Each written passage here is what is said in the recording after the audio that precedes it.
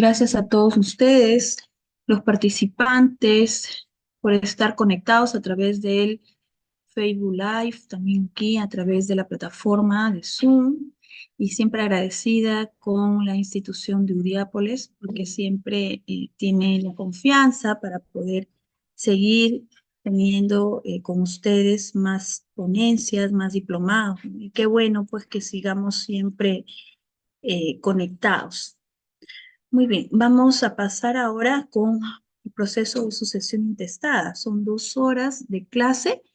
Sin perjuicio a ello, voy a verificar el chat para poder contestar algunas preguntas, pero como ya dijo mi estimado Reader, solamente las relacionadas al tema, porque son 6 temas de, de esta ponencia y vamos a tener que precisar y darle los tips, sobre todo para cada uno de estos temas que son muy importantes, ¿correcto?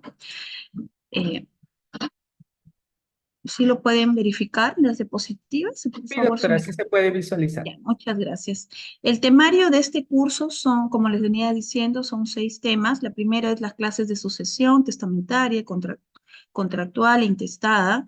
Las etapas del proceso hereditario, que es muy importante. También vamos a hablar sobre las acciones sucesorias, los conceptos, alcances y ámbitos de la aplicación de la legítima, también un tema importante dentro del derecho de sucesiones, derechos legitimarios del cónyuge supérsite y concubino, y por último, la ineficacia del testamento. Antes de entrar a la primera clase, o al primer tema de esta noche, que es las clases de sucesión, voy a hacer algunas preguntas que van a quedar en el aire, o también las voy a responder porque es importante conocer esto, ¿correcto? Si nosotros vemos el Código Civil en el libro de familia, el libro tercero del derecho de familia, se encuentra todo lo regulado con las personas intervivos respecto a todo lo que concierne la vida de las personas y de sus relaciones familiares. Ya en el libro 4 del Código Civil regula todo lo que concierne el derecho sucesorio. ¿Y cuándo comienza? A raíz de la muerte. Entonces nosotros nos preguntamos, ¿cuál es el momento más importante del derecho sucesorio? La muerte de la persona. Si no existe muerte, no puede haber un derecho sucesorio. Entonces, frente a esta regla general, importante, fundamental, puede vender la casa si, por ejemplo, Francisco está vivo, sus herederos tienen derecho, si es que está vivo aún. Bueno, hay diferentes criterios, pero yo les voy a dar el mío y vamos a ver los lineamientos, ¿correcto? Si está vivo, sus herederos no tienen derechos ni tampoco derecho sucesorio que reclamar. ¿Por qué? Si nos regimos directamente en el artículo 660, que tras la muerte de la persona, todos sus bienes y derechos son transmitidos a sus herederos, entonces esto todavía no puede ser aplicable si es que aún Francisco está vivo. Por lo tanto, no tendría, porque no existe una obligación legal por parte de los progenitores de dejar bienes a sus hijos. Podría ser una obligación moral, de solidaridad, etcétera, todo lo que quieran, pero obligación legal no existe. Entonces, Francisco puede y quiere tal vez regalar su casa a una mujer venezolana, vamos diciéndolo así, o bueno, peruana que recién ha conocido, vía donación, que es a través de una escritura pública bajo sanción de nulidad, ya sabemos qué es esto. ¿Es posible que regale estando sus hijos vivos?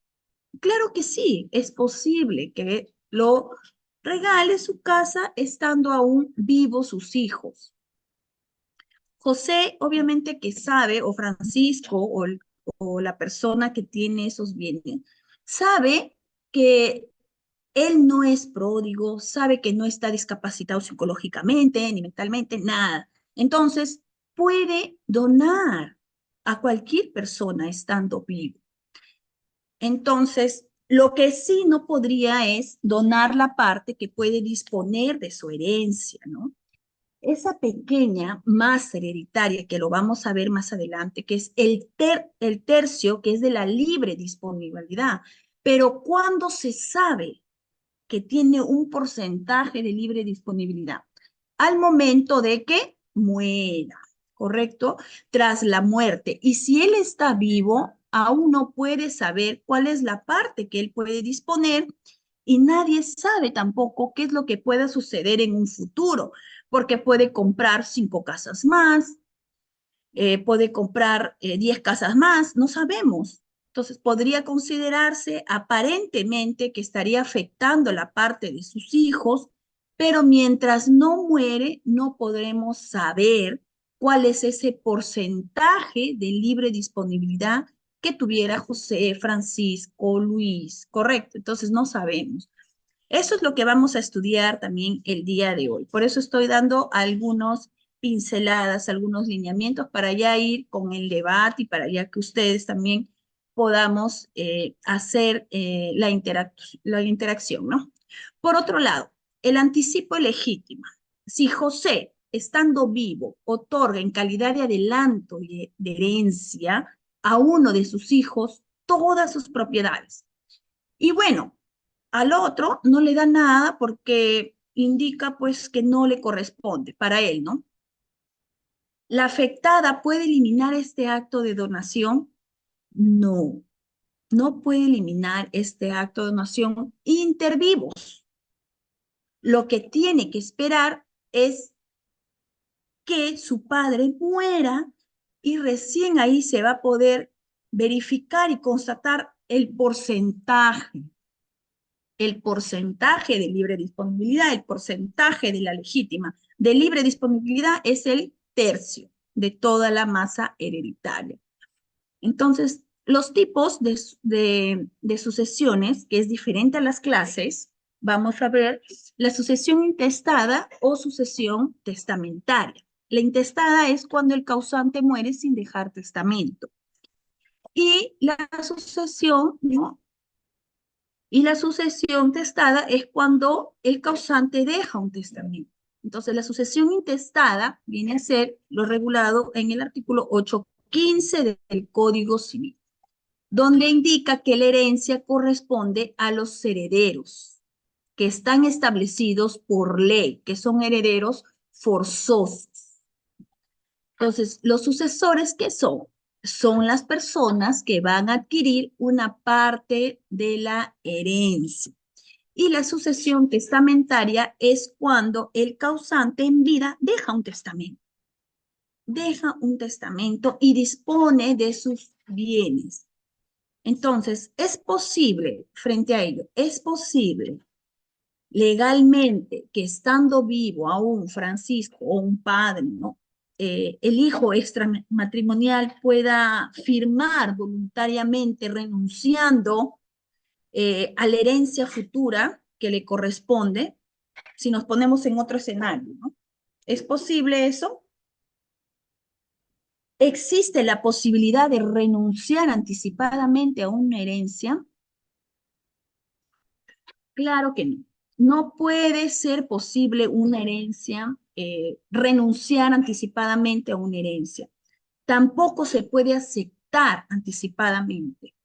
Es por eso, porque de lo contrario ahí sería una sucesión contractual, ¿no? Y la contractual, que es una clase de la sucesión que vamos a desarrollar esta noche, es un pacto entre el causante y los futuros herederos o los posibles herederos. Y eso está prohibido por nuestra legislación. No existe. Lo que existe es la testamentaria y la intestada. Por lo tanto, no puede haber ningún pacto, ninguna renuncia anticipada tampoco y ninguna tampoco aceptación. Entonces, la herencia anticipada no se puede confundir también con el anticipo legítimo, que es muy distinto, ¿correcto? Entonces, ¿en qué momento surge el derecho sucesorio? Si podamos preguntarnos, ¿no? ¿En qué momento surge?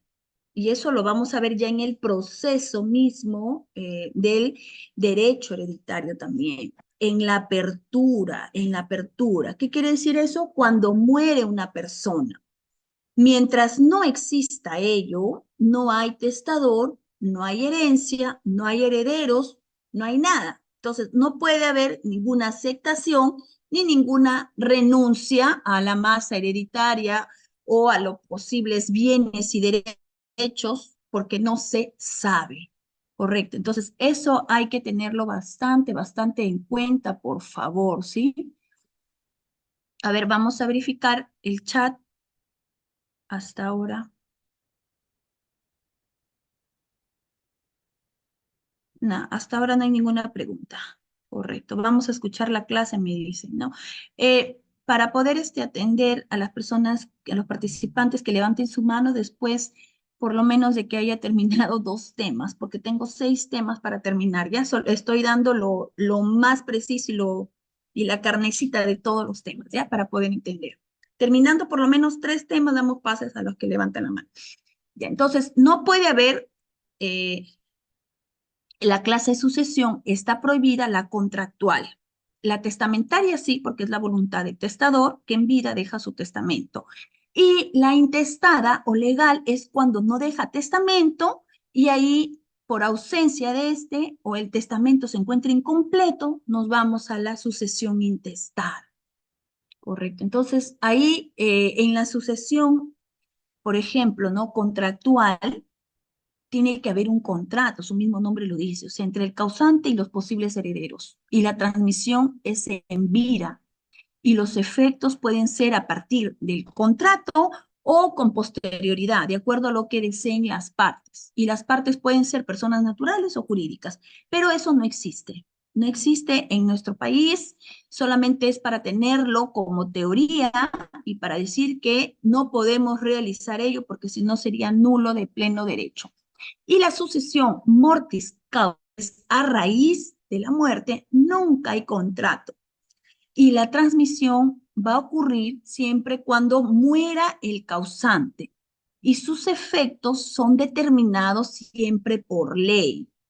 ¿Y a raíz de cuándo? Del momento más importante del derecho sucesorio. Muerte del causante. Zona y en los bienes. Es una pequeña introducción en esta clase que involucra también este tema. ¿No? Por eso les estoy diciendo. La sucesión y la persona. Bueno, si nosotros nos remontamos en el derecho romano, siempre la persona, a pesar de que biológica, trascendía desde el punto de vista jurídico a sus herederos y continuaban con esa personalidad jurídica, o sea, causante y heredero eran la misma persona. Bueno, era criticable porque era una ficción, ¿no? Ahora ya no, ahora la sucesión es sobre los bienes, ¿no? Sobre el patrimonio, bienes, derechos.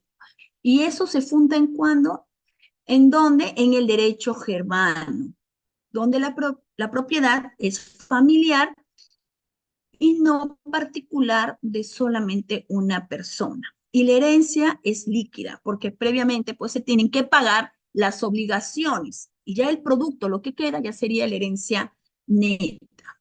Entonces, eso hay que tener en cuenta. Muy bien. Entonces, la contractual no existe, pero como sucesorio. Y la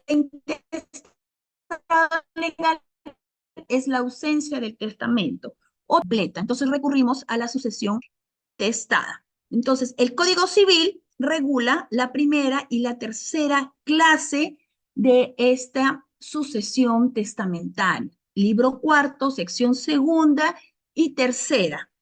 Y la segunda clase se encuentra prohibida por los artículos 678, 1405 y 1532 del Código Civil. Está completamente prohibida. En la sucesión testamentaria, ¿qué prevalece? Prevalece sobre la sucesión legal. Lo que prioriza el Código Civil, nuestra legislación peruana, es la sucesión testamentaria, porque es la voluntad del causante. en dejar a sus herederos sus bienes, su patrimonio, sus derechos, ¿no? Derechos, obligaciones también. Prevalece sobre la sucesión legal. La sucesión legal es un tanto eh, complementaria a la sucesión testamentaria y también es supletoria. Complementaria, ¿cuándo es complementaria? Cuando existe un testamento, pero está incompleto. Entonces la sucesión legal viene a complementar. ¿Y cuándo es supletoria? Cuando el causante murió sin dejar testamento. Entonces viene a suplir. Y ahí tienen que ver todos los herederos forzosos. El derecho del causante para poder otorgar su testamento, y es por eso que prevalece en este derecho sucesorio y en este ordenamiento jurídico peruano, ¿en dónde se fundamenta? ¿Cuál es el fundamento principal? En el derecho de disposición, porque ustedes conocen, saben que es el atributo de la propiedad, el que tiene una propiedad, ¿no? Que es el derecho sobre el bien, derecho de propiedad, es el derecho de disponer como principal atributo del derecho de propiedad. Entonces, en eso se fundamenta que el Código Civil, nuestro ordenamiento jurídico, siempre va a prevalecer la sucesión testamentaria. Y además también en el principio de la autonomía de la voluntad, porque siempre vamos a preferir qué es lo que desea como el último deseo o como la última voluntad del causante. Claro, pero no es plena, porque si bien es cierto, puede disponer de sus bienes, pero también hay límites que la misma ley lo ha colocado, como los herederos forzosos, y solamente tiene un tercio de libre disponibilidad para que lo pueda donar, para que lo pueda transferir a cualquier otra persona. No es plena, pero esta limitación es de forma también y es de fondo. De forma porque tiene que realizarse pues debidamente tramitada ante el notario, protocolizada, etcétera, ¿no? Dependiendo de qué clases de testamentos se están realizando. No es esta clase, pero ya les voy indicando. Y de fondo, ¿por qué? Porque tiene que involucrar pues a todos los herederos, salvo que los pueda excluir, pero para ello necesita pues realizar la desheredación y eso lo puede hacer vía testamentaria. También es otra clase del derecho de sucesiones, ¿no? Que es la desheredación o la indignidad, ¿no? Pero el atributo principal para poder excluir a cualquiera de esos herederos es ejerciendo la desheredación, que eso lo puede hacer y es la única persona que lo puede realizar es el causante, ¿correcto? Pero si es que no realiza ello, significa pues que todos tienen que estar involucrados legalmente como herederos forzosos. Muy bien. Entonces, el pacto sucesorio, no sé si quieren que les hable un poco más del testamento contractual o vamos o seguimos para poder, si me dicen por el chat, porque eso está prohibido, ¿no? Eso está prohibido acá. Marjorie. Hola. Sí, me logra escuchar, doctora. Sí, Varios de nuestros participantes me dicen que preferible culminar con los temas para llegar hasta ya. el final y luego ya realizan Y las... luego ya seguimos con algunas cosas más. Ya. Sí, doctora. Gracias, Rider. Gracias. Gracias, Siempre Diego. agradecemos por tu atención. Ya, muy bien. Entonces, ahí están los tres clases de sucesión. Tres clases de sucesión para poder entender. Requisitos para poder heredar es importante también tener en cuenta, ¿no? Porque acá yo en mi juzgado tengo un montón de procesos de sucesión intestada. La mayoría no deja testamento y lamentablemente cuando mueren hay un montón de problemas porque tienen que ser vía judicial, aunque también es vía notarial, ¿no? El tema de la sucesión intestada, ¿no? Pero los requisitos para poder heredar según Planiol, y hay que tener en cuenta también eh, Arce también dice lo mismo, ¿no? La existencia, tiene que existir las personas, ¿no? La capacidad también, no ser indigno y tiene que tener un mejor derecho. Toda persona goza del derecho para heredar, pero según la ley ha estipulado, ¿no? Ha estipulado una prelación, y para ello se tiene que respetar porque primero está En la primera son los hijos, ¿no? Luego vienen los padres. En tercer grado está el cónyuge, que hereda conjuntamente con los hijos, ¿correcto? En el mismo orden, ¿no? Entonces, hay un orden, ¿no? Hasta el cuarto grado de consanguinidad y segundo de afinidad. Y así vamos en orden de prelación. Por eso es que tienen que tener un mejor derecho, no tiene que ser indigno, tiene que ser capaz y tiene que existir, la existencia. Muy bien, el segundo tema. Vamos con el segundo tema. Vamos con el segundo tema. El segundo tema es el proceso hereditario. ¿Cómo es que se da este proceso hereditario? Hemos dicho que hasta el tercer tema vamos a hablar y de ahí vamos a contestar las preguntas levantando la mano. El proceso hereditario es el medio, acá le he colocado, correcto, en la diapositiva, realizador del derecho sucesorio. ¿Por qué? Porque asegura la transmisión hereditaria que se realice efectivamente en la persona, pero que esa persona tenga vocación que resulta ya sea de la ley, porque sabemos que es la ley de sucesión intestada, o del testamento válido. No puede ser cualquier testamento, tiene que ser un testamento que reúna todas las formalidades de forma y de fondo. Entonces, todas estas garantías jurisdiccionales, la determinación del momento donde es la apertura de la sucesión, que es a raíz de la muerte, y también los elementos de esta relación jurídica, todo ello regula la transmisión hereditaria. Entonces, esta serie de etapas para la transmisión vamos a hacer lo siguiente. Etapas. Primero es la muerte, que es la apertura, ¿no? La apertura de la sucesión a raíz de la muerte. La muerte y la apertura y la transmisión de la herencia se dan en ese mismo acto. Cuando muere, se abre la etapa, ¿no? El proceso hereditario. Cuando muere una persona e inmediatamente se transmite la herencia en ese mismo acto, en ese mismo acto. Entonces, ¿por qué es importante la apertura? Porque tenemos que saber y dar a conocer quiénes son los herederos, quiénes son los bienes, materias de transmisión, cuál es la ley aplicable y también la competencia del juez. La expresión apertura, bueno, ¿no? Eso estaba en el Código Napoleónico. Desde ahí venimos, ¿no? Arrastrando, ¿no? Y también hay una concepción distinta que aparece en el derecho romano, ¿no? Que es, dice, basta con la aceptación de la herencia después de la muerte, se transmite la herencia.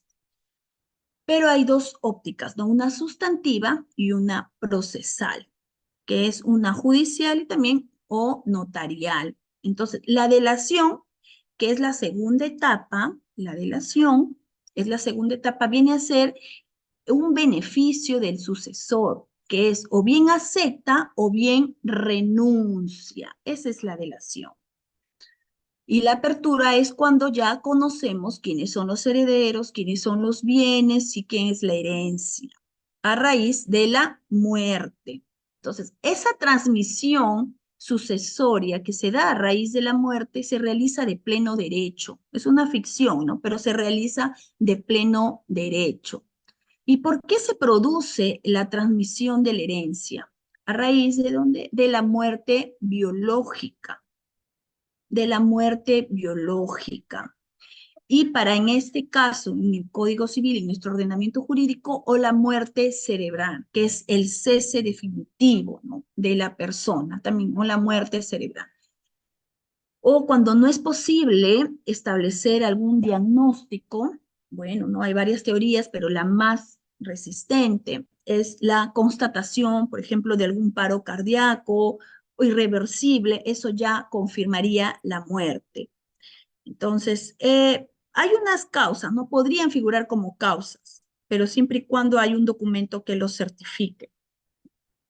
Entonces, muerte comprobada, que es una causa que determine definitivamente la apertura de la sucesión, puede ser una declaración judicial de muerte presunta también, pero no está contemplado la muerte civil. En dos cosas nada más. Muerte comprobada, muerte, comprobada o la declaración judicial de muerte presunta. Y eso pues se tiene que inscribir en el registro público de difunciones ante la RENIEC. A raíz de eso ya vamos a ver la primera etapa que es la sucesión y luego viene la vocación hereditaria, quienes son los llamados a suceder. Pero sigamos por partes. El lugar de la apertura de la sucesión, ¿cuándo se da? El lugar de la apertura de la sucesión, ¿cuándo se da? El artículo 663 del Código Civil que nos dice quién es lo que determina la competencia. Es el último domicilio del causante. El último domicilio del causante. Entonces, antes pues no había eso, ¿no? Ahora ya lo reguló, ¿no? Ahora ya lo reguló. Aunque igual también tenemos varios, por lo menos en mi caso, yo puedo hablar de mi juzgado, por incompetencia nos remiten, ¿no? Del juzgado de Chimbote, nos remiten de otro juzgado porque no se ha acreditado bien el último domicilio y según la ficha reniega parece que es el nuevo Chimbote, por ejemplo, ¿no? Pero igual es un proceso no contencioso, ¿no? Y si es que las mismas partes, había un juez, por ejemplo, no recuerdo de dónde, pero que había muerto en el extranjero, el causante había muerto en el extranjero, y iniciaron su proceso de sucesión intestada, y el juez le dijo que como el último domicilio y murió en el extranjero, que se vaya al extranjero. Apelaron y el juzgado civil superior dijo que no podemos nosotros, los jueces, y también comparto ello, dejar pues sin, sin respuesta ante un pedido, ¿no? Ante un pedido que es la sucesión intestada. Entonces, aquí tendríamos que verificar cuál es el último domicilio en el Perú, porque los herederos estaban en Perú. Entonces no podemos decirle improcedente porque el señor murió en el extranjero y váyase usted al extranjero a pedir ahí ante el otro juez de la competencia del lugar de la muerte para que pueda iniciar su proceso de sucesión intestada. No se le puede rechazar de esa manera, ¿no? Entonces hay que ver ahí criterios, sobre todo el criterio teleológico, ¿no? Que tenemos que aplicar los jueces, cuál es la finalidad que buscan, ¿no? Al momento de accionar y pedir tutela jurisdiccional efectiva, ¿no? Ante el Poder Judicial. Pero como regla general es el último domicilio del causante.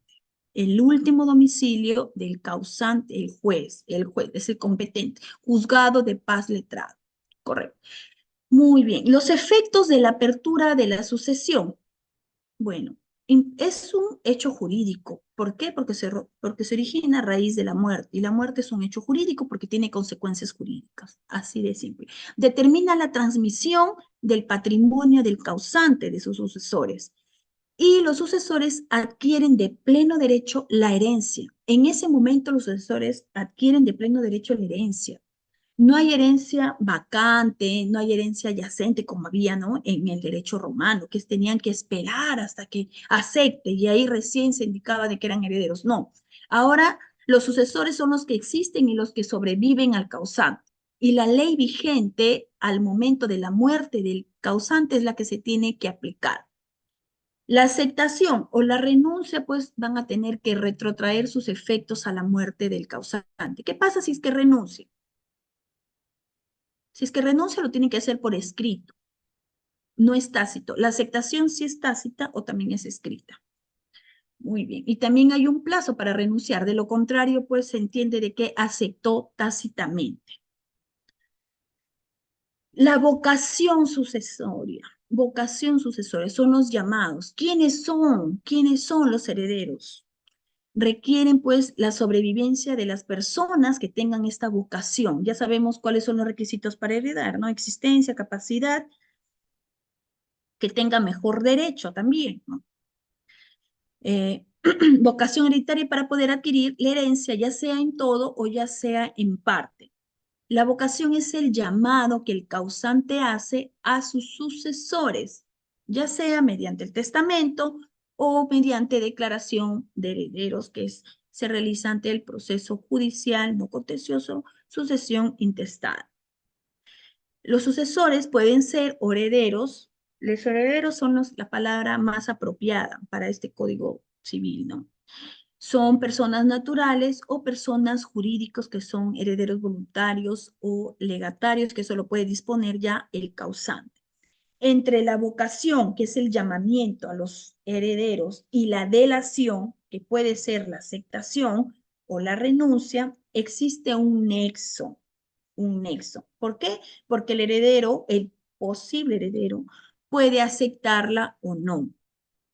Y la delación, siempre y cuando se realice, es porque tienen vocación sucesoria y los que tienen o los que son idóneos para heredar. Muy bien. La herencia, ¿qué es la herencia? Es el objeto de la transmisión sucesoria. Es el patrimonio del causante al momento de su muerte. Y todo ello es transmisible o susceptible de transmisión. Su contenido evidentemente es patrimonial, pero también no quiere decir que no pueda ser pues contenido moral también, ¿no? No necesariamente patrimonial, sino también no patrimonial, porque también mediante testamento conocemos que también se puede reconocer hijos mediante testamento, imagínense. Pero por lo general conocemos que su contenido es patrimonial. Y los bienes son de derecho privado que se transmiten y no son de derecho público. Sin embargo, sus normas son de orden público, porque el Estado siempre protege a la familia, siempre protege a los hijos, siempre protege al matrimonio, siempre va a proteger a la herencia. Entonces, por lo tanto, nunca va a desamparar a los hijos. Y es ahí donde las limitaciones que coloca al causante, para que no disponga de sus bienes a libre albedrío y deje tal vez sin ninguna parte de su herencia a los herederos. Muy bien. La responsabilidad limitada, ¿qué tenemos que ver con esta responsabilidad limitada? ¿Por qué? Artículo 661 del Código Civil, apunten por favor. Ahí consagra la responsabilidad restringida.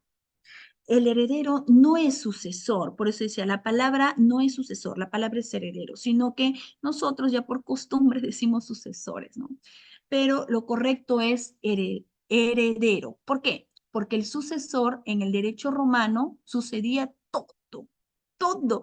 Sí, es que todo lo que es del causante, a diferencia del heredero, que no es sucesor, es solamente de sus bienes, derechos y obligaciones, nada más. Y solamente sus deudas que tuviera el causante va a responder con la masa hereditaria, no con sus propios bienes. En el derecho romano no era así. El sucesor respondía con todo, hasta con sus propios bienes. Entonces, aquí no es así. Aquí estamos en el Perú. El ordenamiento jurídico tiene una responsabilidad limitada. Solamente hace alusión a las obligaciones y a las deudas con tercero, tiene que asumir el activo hereditario. Y para ello tiene que haber un inventario judicial. Muy bien. El tercer tema de la noche, son bueno, el juez competente, antes de pasar al tercer tema, el juez competente es el juez del lugar, juzgado de paz letrado, juez del lugar donde el causante tuvo su último domicilio. Entonces, son dos sistemas, ¿no? A veces dicen la nacionalidad o el último domicilio del causante y la ley territorial que debe regirse por la ley del lugar donde se encuentran los bienes del causante.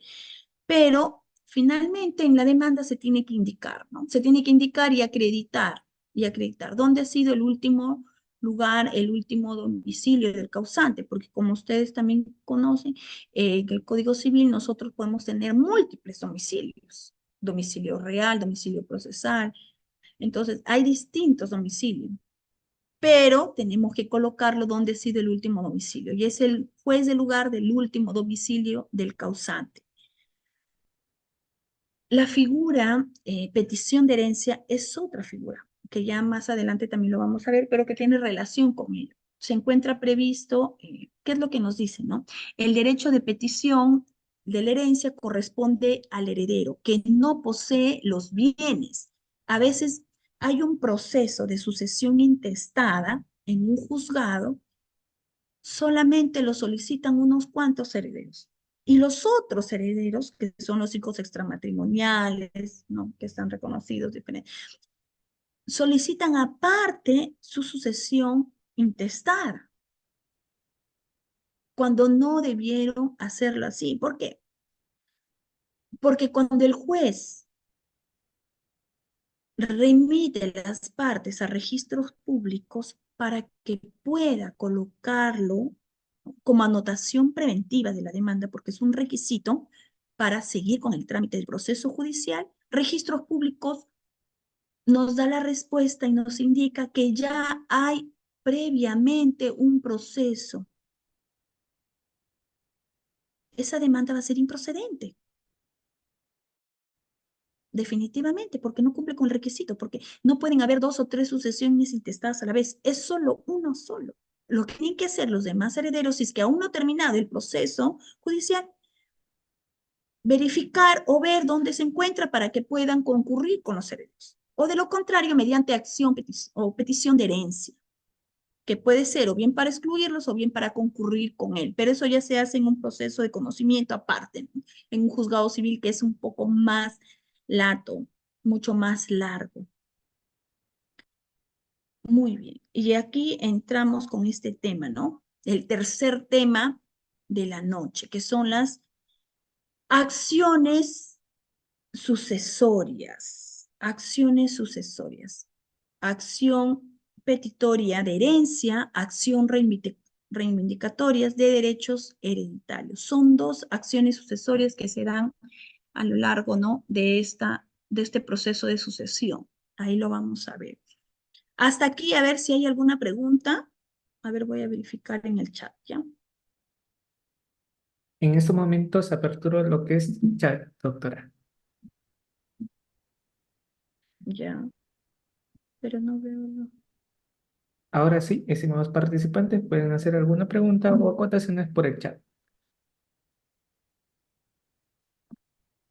Y si no, por lo que es audio, ya saben, tienen que activar siempre su cámara para darles pase al audio, pero recuerden que es debidamente sentados y es una pregunta por estudiante, no solamente es Ya. levantar la manito. Me dice Doctora, Margaret Maldonado. ¿Yo puedo leerlo, por favor, Reader? Porque acá estoy viendo sí, doctora. algunos. Ya, Margaret Maldonado Quispe. Una persona, si tiene solo una casa, ¿puede donar la totalidad? Claro que sí, lo puede hacer. Puede donar la totalidad de la casa. Pero recién vamos a saber el porcentaje y esa donación es válida. Recién vamos a saber el porcentaje cuando muera la persona. Y si es que ha donado solamente ese bien y ya no tiene más bienes, le corresponde a la persona devolver y solamente quedarse con el tercio de libre disponibilidad, porque los demás son para sus herederos forzosos, ¿correcto? Salvo que lo haya vendido, ya ahí sí, ni modo, ¿no? Pero si lo dona, cuando muere la persona, sus herederos forzosos tienen el derecho, ¿no? El derecho y la obligación de poder recurrir a esa persona que haya sido donada para que devuelva, ya sea o bien en el bien o bien en el porcentaje, ¿no? Del monto. Y solamente le correspondería al donatario, ¿no? El libre de tercio de disponibilidad, que es un tercio, ¿no? De libre disponibilidad. Esa es la figura, ¿ya? Estimada participante. A ver, ¿qué más? ¿En qué se beneficia el anticipo de herencia si no se puede aceptar? El beneficio es que es un anticipo de herencia que solamente se le otorga a los herederos forzosos, como un adelanto de herencia, ¿no? Un adelanto de herencia que se realiza, ¿no? Y eso lo estipula y lo acepta el código. ¿Y cuál es el beneficio? Porque lo puede usufructuar, lo puede gozar. Una vez que muera el padre, ¿no? Toda la herencia se vuelve uno solo, un 100%. O sea, si le ha donado una casa, si le ha dado en anticipo legítimo una casa y a sus hijos no le ha dado nada, pero tiene 2 casas más, cuando muera, esa casa que ha sido dada en anticipo de herencia, vuelve a la masa hereditaria y se reparten como forme debe ser, de acuerdo al porcentaje que estipula la ley para los herederos forzosos, que son partes iguales. Y si es que alguno sobrara el libre de tercio disponibilidad, sí le pudiera corresponder. De lo contrario, no. Y la aceptación es distinto, porque no se puede dar. La aceptación es como si fuera una sucesión contractual, que el padre entrega un bien y la otra parte acepta. Y eso no se puede dar porque está prohibido, solamente está aceptado, ¿no? Y sí se puede otorgar vía anticipo de herencia, con la finalidad de que cuando muera, nuevamente los bienes regresan a la masa hereditaria y se hace la repartición de manera correcta, de manera como debe ser, ¿no? Muy bien. ¿Un inmueble con constancia de posesión puede ingresar a la masa hereditaria? No.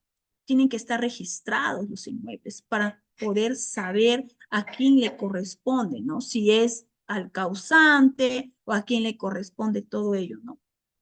Primero se tiene que regularizar.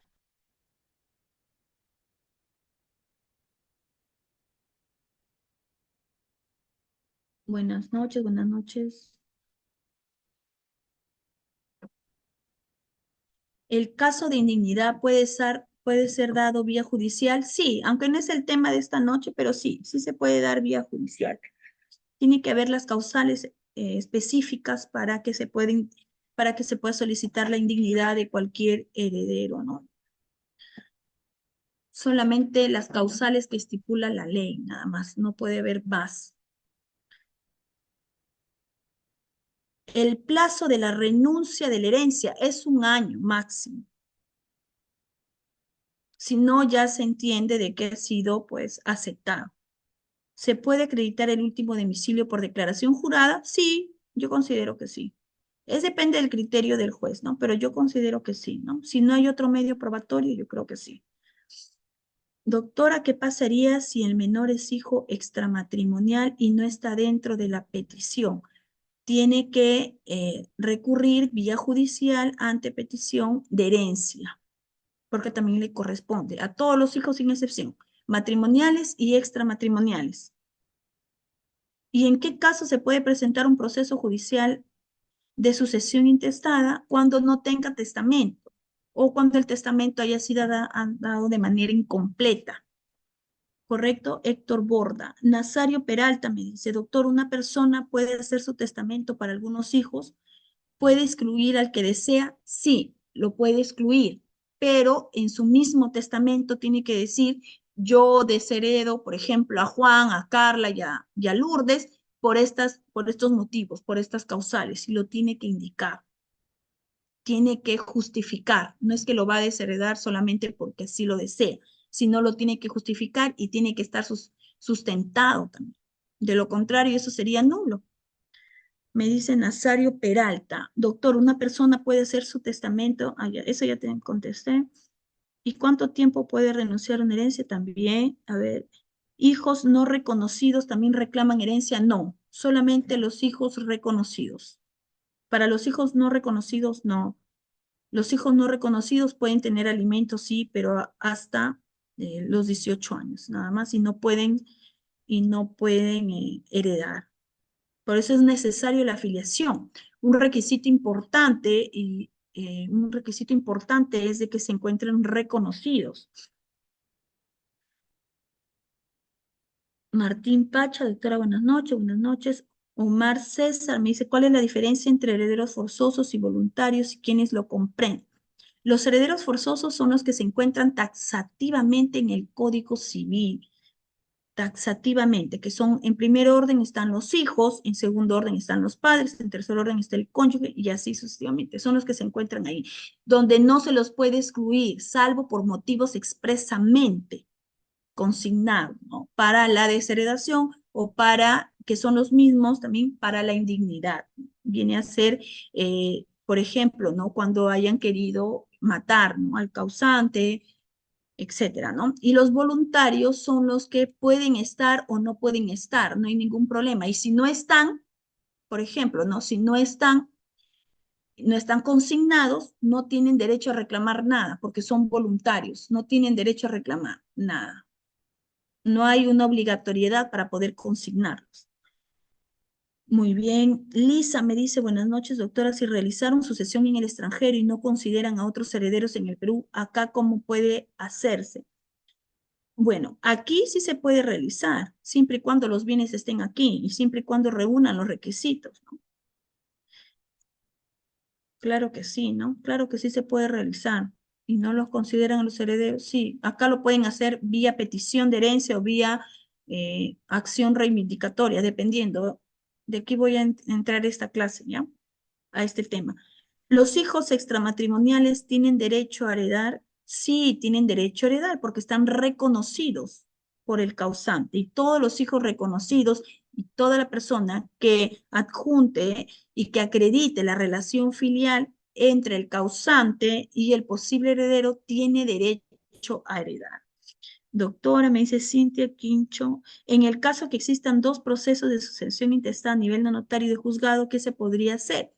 Si existe, a ver, un proceso a nivel de notario, cuando uno sabe cuál es el primero y cuál es el segundo de los dos procesos, porque ambos van a remitir las partes judiciales a registros públicos y registros públicos va a tener que anotar que estos solicitantes están en proceso de sucesión intestada. Entonces, el que anota primero es el que vale.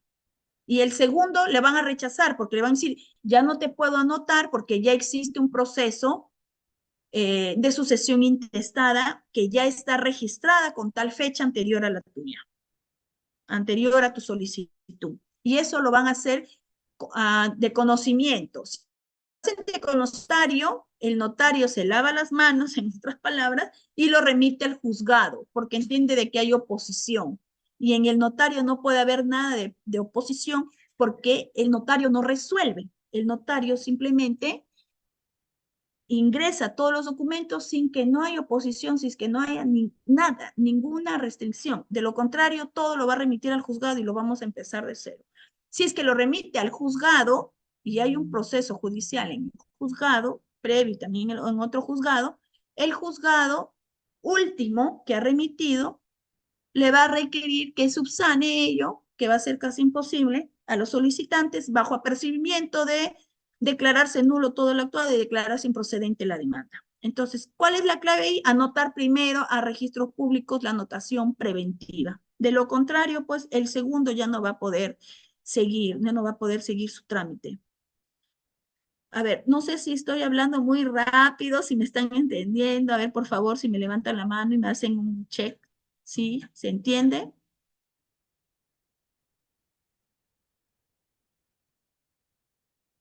¿Sí se entiende ver un check así de buena para poder seguir respondiendo, por favor, ¿sí?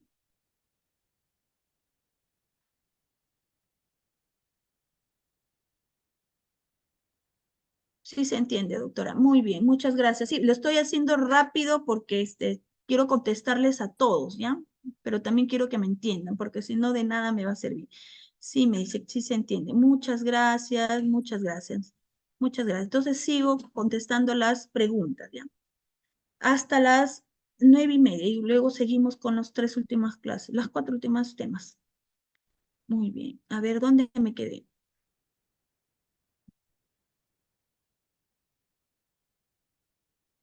¿Dónde me quedé? ¿Hasta qué edad los padres pueden realizar el testamento sin ser tachados de haber sido dados sin las facultades por su avanzada edad? El testamento y la avanzada edad, eso lo tiene que verificar el notario, pero básicamente es hasta los 70, 75 años, ¿no? No hay una edad límite, sino que el notario tiene que verificar que realmente la voluntad del causante es ello, y no ha sido ni manipulado, y no ha sido tal vez obligado, ¿no? Nada, o sea, él tiene que verificar ante sus ojos, ante sus oídos, que realmente el causante ha dado ese testamento. El notario es el que va a tener que verificar, ¿no? Finalmente, ¿no? Que no tenga ningún problema para oír, para escuchar, para firmar y nada. ¿Los nietos pueden heredar si el padre falleció? Claro que sí. Eso se llama un tema, materia también del derecho sucesorio, la representación sucesoria, que puede ser por cabeza o por estirpe, ¿no? Los nietos serían por cabeza, ¿correcto? Ese es otro tema también, pero sí pueden heredar si es que el padre fallece. Si es que el padre fallece, el nieto hereda, ¿no? Pero en representación de su padre, en la porción, ¿no? Por ejemplo, muere un padre y quedan 4 hijos. Un hijo muere y tiene 4 hijos más, que vienen a ser los nietos de su abuelo, ¿no? Entonces, esos 4 nietos van a heredar por representación sucesoria en la cuota que le corresponde al hijo. Correcto, entonces sería 25% entre los 4 hijos y a cada uno le tocaría 25%, ¿no? Y a sus nietos le correspondería pues 25 entre 4, o sea, en la proporción de su padre hereda. Muy bien, a ver, doctora, buenas noches, ¿nos permite participar a través del micrófono? Sí, por favor, pero más adelante, a ver, más adelante, claro que sí. A ver, ¿un bien dado como herencia anticipada puede ser vendido o donado? Bueno, si es vendido, no puede ser vendido ni tampoco donado, porque todo va a regresar a la masa hereditaria cuando finalmente el causante muera. Si un hijo, ya una persona adulta que no lleva los apellidos del causante, pero se sabe que sí es su hijo y presenta ADN, le correspondería, tendría que ser antes de que exista pues la sucesión intestada. Y si es después, lo puede realizar a través de la acción petitoria de herencia. Cuando las partes de la sucesión intestada realizan la partición de un bien mediante escritura pública, después de haber estado de acuerdo en la partición, puede cuestionar después de firmar el acuerdo. ¿Puede cuestionar? Claro que sí puede cuestionar, pero vamos a verificar también cuál sería el contexto, ¿no? ¿Cuál sería el contexto y cuáles serían las causas, ¿no? De ese cuestionamiento. Pero de que pueda hacerlo, sí se puede hacer, pero de que sea factible y de que sea fundada su cuestionamiento, ya tendríamos que analizarlo un poco más. Si el hijo recibe en anticipo legítimo una casa, ¿puede vender el bien inmueble si se ha otorgado la colación? No, no se puede. Tiene que primero existir la colación. Para que exista la colación tiene que haber primero muerte y luego la repartición, ¿no? Muy bien. Un inmueble solo con constancia y posesión puede ingresar, eso ya lo contesté, les dije que no. Doctora, mi padre tiene dinero en el banco y mis hermanos por parte del padre ya están mirando eso. A mi padre y mi madre están vivos, son personas de avanzada edad, ambos están casados. A ver, pueden tener dinero, pueden tener bienes, pero son los padres que tienen que verificar y tienen que, de acuerdo a su autonomía de voluntad, como ya les mencionaba desde un inicio, de dejarles o no. Si no les deja, no es obligación para ustedes, no es obligación para su padre para que les pueda dar, ¿correcto? O sea, eso es de ellos. Mientras ellos estén vivos, pueden disponer de todo. No hay ningún problema. No tienen obligación legal para dejarles algo. Doctora, ¿se han sido declarados herederos y en realidad deberían ser más herederos? ¿Cómo serían los bienes inmuebles? A ver, por eso vamos a hablar ahorita ya de esta clase, creo, porque me están hablando ya de este tema. Si hay una resolución de sucesión intestada a favor de los hermanos del causante y hay otro proceso de unión de hecho por parte de la conviviente y el juez le reconoce como unión de hecho, ¿qué pasa con la primera resolución de sucesión intestada? Vía petición de herencia tiene que ir. ¿Cómo se determina a un hijo indigno? Hay causales, sobre todo cuando atenta con la vida, ¿no? El ejemplo más Más sonado es cuando atenta contra la vida, ¿no? Contra la vida, la salud, ¿no? del causante. Entonces, eso es una causal, ¿no? Es una causal y tiene que estar debidamente comprobada para que los demás herederos, si es que al causante de repente le faltó o le falló o no quiso declararlo, ¿no? Indigno mediante el vía proceso de desheredación, los demás herederos, cualquier interesado, ¿no? Lo puede realizar la indignidad. Y para eso también tiene un año me parece, un año, 2 años como máximo para que pueda solicitar la indignidad. Muy bien. Doctora, si una empresa como tal realizó un contrato con el padre y este fallece, ¿qué pasa con tal contrato? ¿También se hereda la obligación? No, porque los contratos en la relación laboral son personalísimos. Ese es el primer requisito de una relación laboral. Son personalísimos, por lo tanto no se heredan. No estamos en el derecho romano, ahí sí todo se hereda, ¿no? Por eso los llamaban no herederos, sino sucesores. Acá son herederos. Los herederos se transmiten los bienes, derechos y obligaciones, pero las obligaciones hay una restricción. ¿Restricción de qué? De que cualquier deuda, cualquier obligación solamente responde con la masa hereditaria en cuanto a los acreedores, más no con sus propios bienes.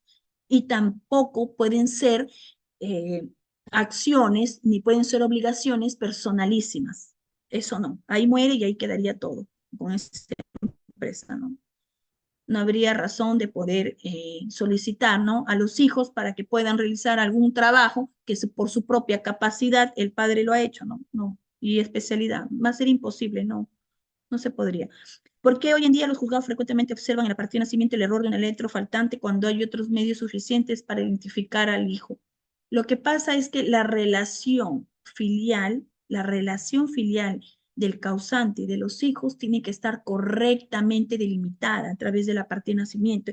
El juez, si bien es cierto, entiende de que pueden haber errores del registrador, pero para ello hay una acción, que es la rectificación de partida, que eso lo tiene que hacer y es un proceso no contencioso y puede ir a la vía judicial o a la vía notarial.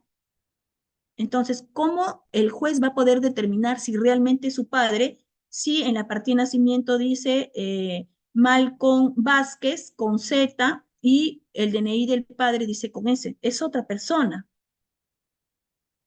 es otra persona.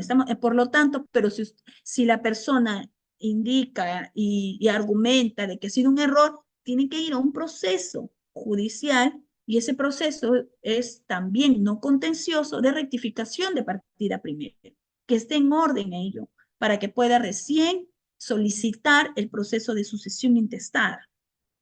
Doctora, me dice, ver, muchas gracias, Susana. Ah, no. Muchas gracias, Michael Saavedra. ¿Me podría explicar sobre la responsabilidad restringida? La responsabilidad restringida viene a ser a que los herederos no pueden asumir obligaciones personalísimas del causante. Lo que sí asumen son obligaciones patrimoniales, siempre y cuando sean cubiertos y hasta la suma de su masa hereditaria. ¿Correcto? O sea, si es que, por ejemplo, ¿no? Por ejemplo, si el causante dejó 50.000 soles, pero debe al banco o debe a cualquier otros acreedores 60.000, los herederos van a pagar esos 50.000. No pueden pagar con su propio peculio ni con su propio patrimonio. Solamente van a responder por la masa hereditaria, nada más. Esa es una responsabilidad restringida, no es amplia. No les llega a ellos la responsabilidad de pagar a otros acreedores que han sido de su padre, ¿no? O del causante. Solamente responden con el patrimonio del causante, no responden con su patrimonio. Y solamente son obligaciones patrimoniales, no son obligaciones personalísimas, ¿no? Como algún trabajo que haya dejado de hacer o de cumplir, ¿no? Eso no puede ser. Muy bien, me dice, doctora, Susana me dice, doctora, buenas noches, herederos sin firma en la partida, entonces no pueden pedir petición de herencia aún si nacieron dentro del matrimonio, no se puede presentar la partida. Claro que sí, porque el matrimonio tiene una presunción legal. que es Yuri de Yuri. Todos los hijos nacidos dentro del matrimonio se considera que son del padre y de la madre, que están casados. Entonces, si bien el padre que ha sido casado con Julia, ¿no? Y por ejemplo, nunca fue a firmar, pero se casó en 1980 y él murió en 1990. Presentan la partida de matrimonio y es su hijo. Se considera de que dentro del matrimonio, pues, ¿quiénes son los hijos? Del marido, ¿no? Por más que haya sido de otra persona, ¿no? Pero ya es una presunción del Código Civil. Muy bien. A ver, me dice Luis Alberto. Muchas gracias, Susana. Gracias por tu pregunta. Luis Alberto me dice, doctora, si un inmueble ha sido adquirido por pareja soltera, sin embargo, en el contrato estipula como casados con documentos falsos, ¿cómo harían los hijos respecto a la herencia? A ver, si ha sido adquirido acá, para que los hijos hereden, no van a presentar la partida de matrimonio falso, lo que van a tener que presentar y el único documento que va a acreditar para que puedan heredar es la partida de nacimiento y que sus padres hayan reconocido su existencia, hayan reconocido su nacimiento y hayan firmado. Eso es lo que va a prevalecer. ¿En qué casos, en caso que fallece sin sucesión intestada, qué se hace? Sin sucesión testada. Cuando fallece sin otorgar testamento, prevalece la sucesión intestada, que es la sucesión legal. En este caso sería para poder no complementar, sino va a sustituir, correcto. La sucesión intestada cuando fallece, ya dicen que sí. Ya contestó Xiomara Delgado. Muy bien. Dice Gladys Moscoso, ¿el hijo de matrimonio que no está firmado por el padre tiene derecho a heredar? Sí, tiene derecho a heredar el hijo de un matrimonio. No recuerdo el artículo exacto, pero el Código Civil lo estipula. Todos los hijos nacidos dentro de un matrimonio se comprende, ¿no? Como hijos del padre, como hijos del marido. Si un donatario, me dice, recibe una donación, podría donar y el primer donante podría reclamar como cláusula de nulidad o es mejor transferir como compra-venta. Mejor es transferir como compra-venta porque la donación, cuando muere el causante, regresa nuevamente a la masa hereditaria. Regresa. A ver, en una sucesión intestada, la cónyuge tiene 85 años, un hijo puede tramitar el uso de poder notatorialmente o tiene que hacerlo vía judicial para continuar un proceso judicial. Si es que lo hace el notario y cree que todo está correcto con la madre, no hay ningún problema. ¿También lo puede hacer vía judicial? Sí, también. Doctora, si le ha dejado solo un hijo estricto el testamento, que es el único heredero, pero aparte parecen más herederos, ¿qué se puede hacer? Acción petitoria, ya. Me parece que los demás me están hablando ya de las acciones petitorias, de las acciones sucesorias, y esto es lo que vamos a hablar. Esto es lo que nos falta, ¿ya? Me están preguntando sobre este tema. ¿Qué me falta justo hablar? Más adelante seguimos ya con respondiendo sus preguntas, estimados. Ya muchas gracias de verdad por estar escribiendo en el chat. Pero vamos a seguir con este tercer tema porque si no nos gana la hora. A ver, acción petitoria de herencia. Esto se encuentra en el Código Civil. ¿Ya? Esto se encuentra en el Código Civil. Son dos acciones, acción petitoria y acción reivindicatoria. Vamos a analizar cada uno de ellos. ¿Por qué? Porque el Código Civil se ha puesto a pensar qué es lo que sucede cuando el heredero se queda sin bienes, siendo heredero, ¿no? Heredero forzoso. Entonces, ha creado estas dos figuras, acción petitoria de herencia. ¿A quién corresponde? Al heredero que no posee los bienes y él considera que le pertenece. Entonces va a tener que accionar vía esta figura, acción petitoria de herencia, contra las personas que él cree que los tiene, ¿no?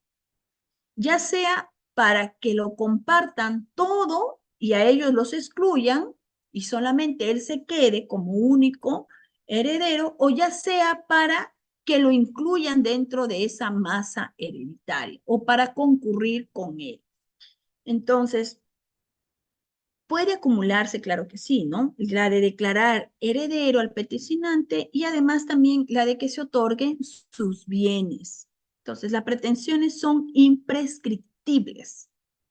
No es que van a pasar 10, 12 años y bueno, ¿no? Ya terminó. No, no. La acción petitoria de herencia es una acción real, es imprescriptible y es un proceso más largo, ¿no? Que es un proceso de conocimiento ante el juzgado especializado civil. Pero sí, sobre ese bien puede haber un usucapión, claro que sí, y eso hay que tener en cuenta si es que es realizado por un tercero. ¿Por qué es imprescriptible? El derecho personal de ser heredero es perpetuo, no muere. O sea, el heredero va a ser siempre heredero y por lo tanto, mientras existan los bienes y no hayan sido desaparecidos o no hayan sido donados o no hayan sido transferidos, ¿no? Por un tercero de buena fe, va a seguir siempre con esa disposición de poder solicitar ante el juzgado civil especializado, ya no para letrado, proceso de, eh, ya no proceso no contencioso, sino ante un proceso ya cognoscitivo, un proceso de conocimiento ante el juzgado especializado civil para que pueda luchar por la herencia que haya sido quitada, para que concurra con los demás herederos o para excluirlos. Por dos situaciones puede ser, ¿no? ¿Por qué? Porque quiere el reconocimiento de este título. Muy bien. Y esto no se puede extinguir. Esto no se puede extinguir. ¿Por qué se dice que la acción petitoria de herencia es una acción real? ¿Por qué se dice? ¿Cuál es su finalidad? La finalidad es restitutoria de los bienes hereditarios. Y él lo que reclama es la posesión, porque se entiende que sí tiene el título, ¿no? Pero lo que reclama es la posesión. Reclama porque tiene el título de heredero y eso lo invoca al momento de interponer la demanda. Si no tuviera el título de heredero, no pudiera pues, realizar ninguna acción petitoria de herencia. Tiene que ver un título de heredero, ¿no? ¿Y cuál es el título? La partida de nacimiento, por ejemplo, ¿no? Si es un hijo. Y y eso es importante, ¿no? Para que pueda haber una acción petitoria de herencia. Es un derecho que la ley concede ¿a quién? Al heredero, que pese a tener esa calidad y poder haberle transmitido ipso iure, como nosotros dijimos, a raíz de la muerte se transmite ipso iure, esa herencia al causante, va a tener o posee o no posee esa posesión real y efectiva de esos bienes que tiene que a él le corresponde y que está en otro sucesor, en otro heredero, que puede ser verdadero o puede ser aparente. Si es verdadero, los otros herederos, el heredero que tiene el título pero que no posee los bienes, va a tener que solicitar al juez que concurra con los demás herederos. Pero si el otro heredero es aparente, va a tener que solicitar al juez que lo excluya y que solamente a él se le declare como único heredero. ¿Por qué? Porque tiene tal vez eh, un menor derecho, ¿no? Un menor derecho de propiedad, por razón del grado. Por ejemplo, ¿qué sucede cuando nunca supieron de que el causante tiene un hijo extramatrimonial? Nunca lo dijo a su esposa y los dos mueren y hereda pues su hermano o hereda el tío, pero de ahí se entera el hijo que ha muerto su padre, a que no ve mucho tiempo, pero que ha muerto. Entonces va a pedir vía acción petitoria de herencia, ¿qué va a pedir? La exclusión de este supuesto heredero aparente. Correcto. Pero ¿qué es lo que sucede cuando solamente a 3 de los 4 hijos le otorgaron la herencia? y faltó a un hijo extramatrimonial, ¿ah? Va a tener que solicitar al juez concurrir con los otros herederos, que son verdaderos, pero que a él fue excluido. Esa es la diferencia, ¿ya? Es una acción real porque no se protege solamente la vocación hereditaria, sino es la restitución, la restitución. Y obviamente los demás herederos o los demás sucesores que se encuentran y que son la parte demandada, ¿no? Van a tener que restituir. También se dice que es una acción personal. ¿Por qué? Porque de alguna manera con ello lo que se pretende es el reconocimiento de la calidad que tiene, de la calidad de heredero, ya que esta entrega, ¿no?, de la posesión de los bienes hereditarios no es una consecuencia pues ulterior a tal declaración, es una consecuencia que se da cuando muere, ¿correcto? Entonces, esas son las teorías que tienen, ¿no? Que es una acción real o es una acción personal. Para mí es una acción real, ¿no? Para mí es una acción real. Aunque Arce nos decía que era una acción mixta. ¿Por qué? Porque la pueden ejercitar los herederos porque tienen el título de tal, pero también es real porque lo que solicita es la restitución de los bienes hereditarios. Correcto, a ver, vamos a seguir, vamos a seguir. Y acción reivindicatoria.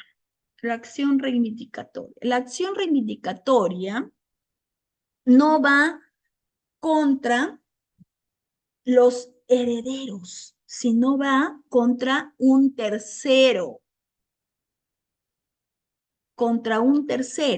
que sin buena fe adquiere los bienes hereditarios, ya sea para efectos de contrato, títulos onerosos o también donaciones, ¿no?, celebrados por el supuesto heredero pariente que entró en posesión de ellos. Bueno, si se trata de bienes registrados, dice la buena fe del adquiriente, se presume, si antes de la celebración del contrato hubiera estado debidamente inscrito en registro respectivo el título que amparaba el heredero aparente y la transmisión de dominio en su favor, y no hubiera notado demanda ni medida precautoria que afecte los derechos inscritos. En los demás casos, el heredero verdadero tiene el derecho de reivindicar el bien hereditario contra quien lo posee a título gratuito o sin título.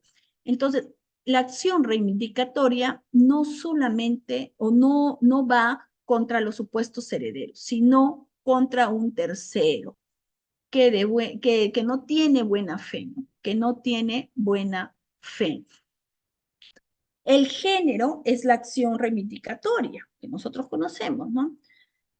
Cuando es un propietario no poseedor contra un poseedor no propietario, para que pueda obtener la reivindicación. La acción reivindicatoria de bienes hereditarios que está y se encuentra dentro del derecho sucesorio es la especie. ¿Por qué? Porque el demandante tiene la calidad de ser heredero. ¿Por qué? Porque a él se le atribuye la propiedad de un bien que considera que la herencia le corresponde. Entonces, acá el demandante es el heredero, pero va contra un tercero, ¿no? Ya sea que tienen sus bienes a título gratuito, a título oneroso, no interesa, ¿no?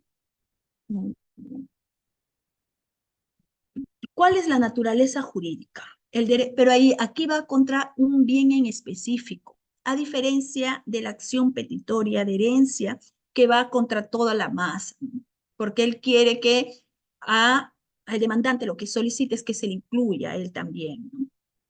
Y la acción reivindicatoria es específica, va directamente contra un tercero y va directamente contra un bien. Contra el bien va, el objeto del litigio es el bien.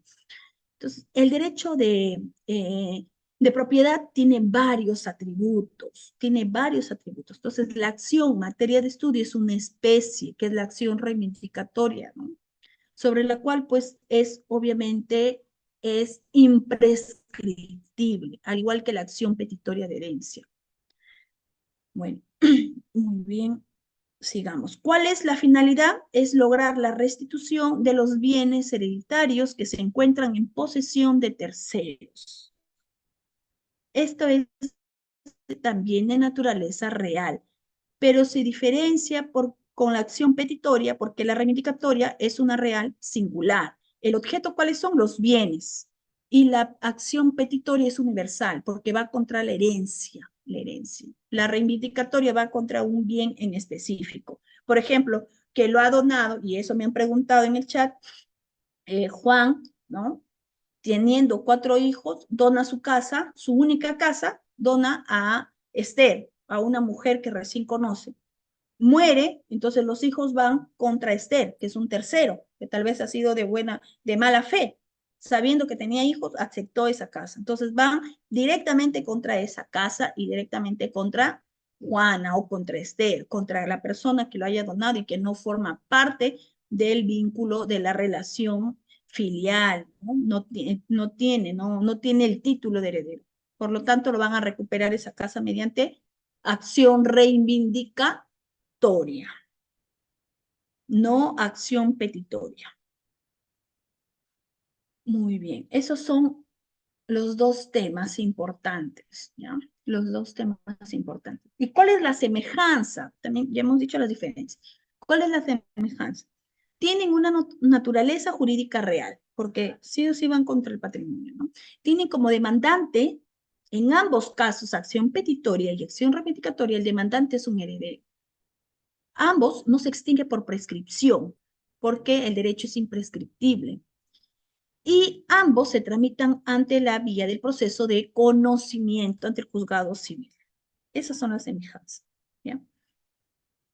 Si se entendió estos dos temas, vamos a seguir, por favor, vamos a seguir. Luego ya respondo, por favor, ¿sí?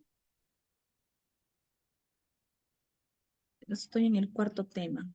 Es un reto terminar 6 temas de todo un semestre de derechos de sucesiones. Vamos al cuarto tema, que es la legítima. Hemos hablado de la legítima, ¿no? Hemos dicho, ¿no? ¿Qué es la legítima? Anticipo de legítima, siempre lo vemos, pues, ¿no? Lo escuchamos. ¿La legítima qué es? Es la parte de la herencia de la que no puede disponer el testador. ¿Por qué? Porque por ley tiene que incluir a los herederos forzosos. Entonces, ¿por qué? Y acá explica, el profesor Lanata explica, la legítima es pars hereditaris y no par bonorum. O sea, es un derecho de sucesión que corresponde, que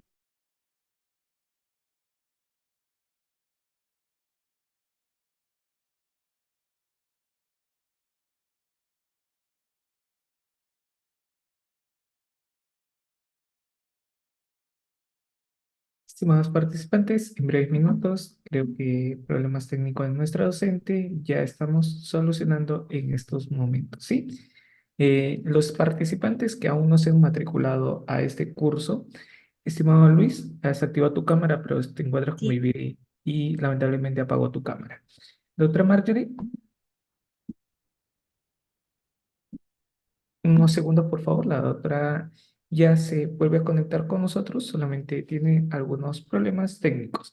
Como hacía referencia, quien se ha matriculado a este curso de 20 soles, tener grabación de materiales de lectura y el certificado de 4 días, puedes darle clic en el link que he compartido en el chat y solicitas tu registro. Doctora Marjorie se quedó en la palabra legítima. Ya, muchas gracias, Reader. Disculpan, lo que pasa es que está lloviendo por acá. No hay problema, doctora. Desde ayer. Ya, a ver, muy bien. Entonces, el cuarto tema es el concepto y los alcances y todo el ámbito de aplicación de la legítima. ¿Qué viene a ser la legítima? Es aquella parte de la herencia que el testador no puede disponer. ¿Por qué? Porque eso le corresponde a los herederos forzosos. Entonces, el testador está limitado. Si bien es cierto, se acepta en el Código Civil y en este ordenamiento jurídico la voluntad de poder disponer libremente de sus bienes, pero con la limitación que no puede ir contra la legítima. ¿Y qué es la legítima? La parte de la herencia que le corresponde solamente a los herederos forzosos. Entonces, cuando hay una repartición de herencia, primero vemos la herencia neta, luego se suman los anticipos de herencia, porque se entiende de que es parte de la herencia, y es parte de la herencia, que son las donaciones, y eso ya lo va a nivelar las cuotas para que todos los herederos forzosos tengan la misma proporción en cuotas, de igual forma, de la misma manera. Por eso al final lo nivela. Y esa nivelación se le denomina la colación. Muy bien. A la herencia total o bruta se le descuenta ¿cuál? Las cargas, las deudas. ¿Correcto? Entonces ahí no pudiera, solamente, como ya hemos dicho que es responsabilidad restringida, solamente es contra el patrimonio nada más, ¿no? Hasta donde alcance el patrimonio. Los herederos no pueden responder por sus propias, por su propio peculio. Esta es la legítima. Vamos a seguir. Vamos a seguir. ¿Vale?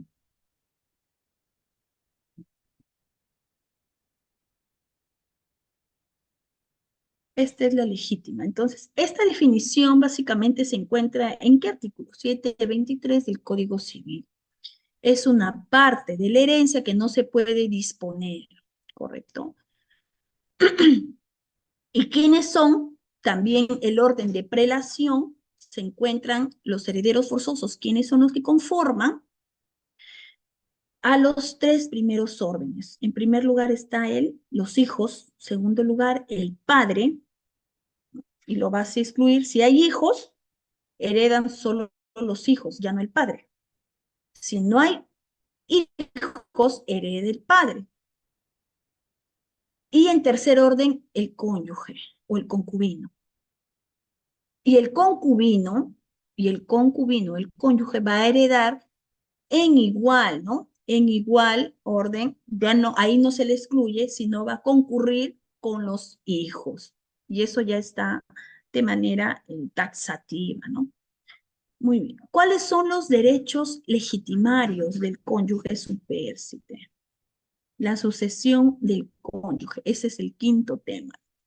Son herederos forzosos por la ley, no son herederos forzosos. Los hijos y los demás descendientes, los padres y los demás descendientes, y el cónyuge o concubino. Pero no cualquier concubino. Para que se le pueda denominar concubino, tiene que estar registrado en el libro de personas, en el registro público, tiene que estar registrado. De lo contrario, no se le puede otorgar. Por eso es que hay una unión de hecho que tiene que realizarlo. No puede ser una convivencia informal, tiene que estar formalizada para que pueda tener derecho a heredar. Por eso, si es que están vivos, háganlo en vida, porque una vez que mueran y quieren hacer el reconocimiento de la unión de hecho, ya se dan con la sorpresa de que los hijos ya se repartieron la casa y van a tener que esperar a que termine el proceso de reconocimiento de la unión de hecho para que luego inicien otro proceso de acción petitoria de herencia. Mejor hacerlo en vida el reconocimiento de unión de hecho para que después no tengan problemas. Muy bien. La legítima, cada uno de los herederos forzosos es una cuota igual al que les corresponde en la sucesión intestada, cuyas disposiciones pues rigen ya sea en concurrencia, ya sea en participación o en exclusión. Esta clase de herederos se pueden dar no solamente en la sucesión testamentaria, sino también en la intestada.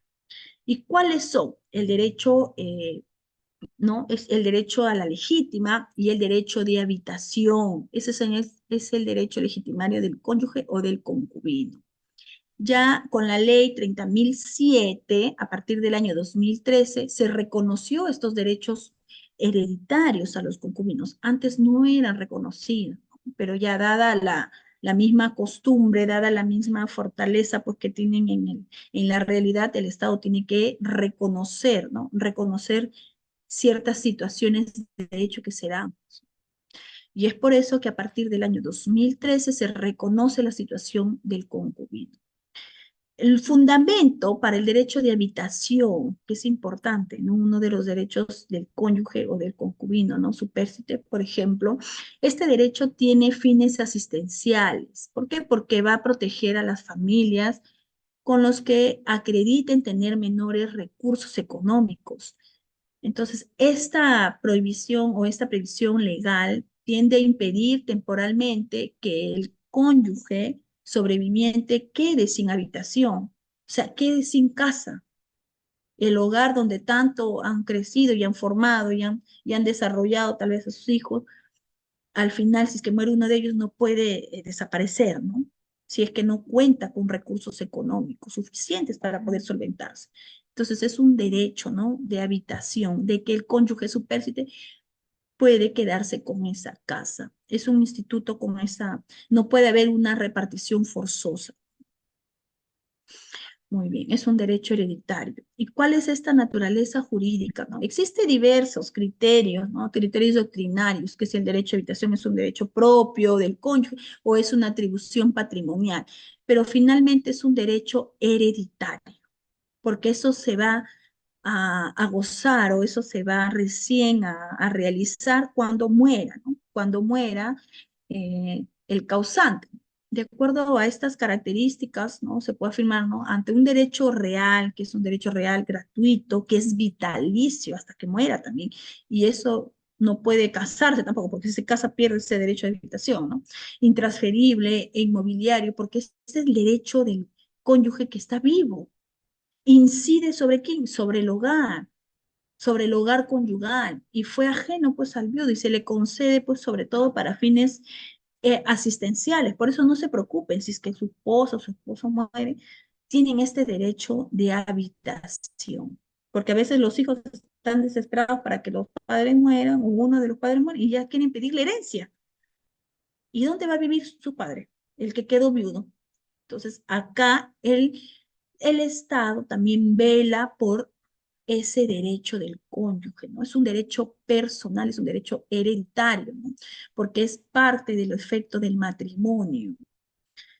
Muy bien, ¿el viudo puede concurrir con otros herederos? Sí, tiene que concurrir, ¿no? Y a la muerte del causante tiene que haber una casa habitación. Y esa casa no puede ser cualquier casa, sino es donde hayan, pues, residido, donde hayan permanecido, ¿no? Y donde sea, donde hayan vivido, convivido con el cónyuge, ¿no?